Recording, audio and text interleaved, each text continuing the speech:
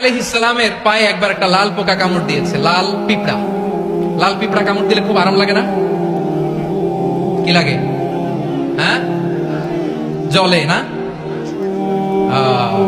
লাল একটা পিঁপড়া কামড় দিছে, তো উনি রেগে মেগে পাশি দেখে লাল পিঁপড়ার বাসা, পা দিয়ে ডলে মুছে সবগুলো পিঁপড়া মেরে ফেলছে।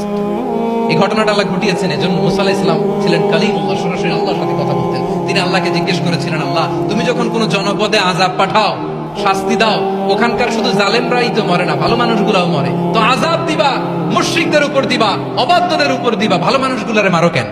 আল্লাহ বলেন, মুসা তোমার যে কামড় দিছিল পায়ের মধ্যে পিঁপড়া, কয়টা পিঁপড়া? জোরে বলেন। একটা পিঁপড়া, তো সবগুলারে মারলা কেন? রেগে মেগে পুরো পিঁপড়ার বাসা ভেঙে মেসাকার করলা কেন? এই মুসা, আমি যখন অ্যাকশনে যাই, আমি যখন শাস্তি দেই, তখন এত বাস বিচার করা হয় না, বাস বিচার করা যায় না। যখন অ্যাকশনে যাওয়া হয়, ওইটা ডাইরেক্ট অ্যাকশন হয়ে যায়। চিল্লায় বলো ঠিক কিনা?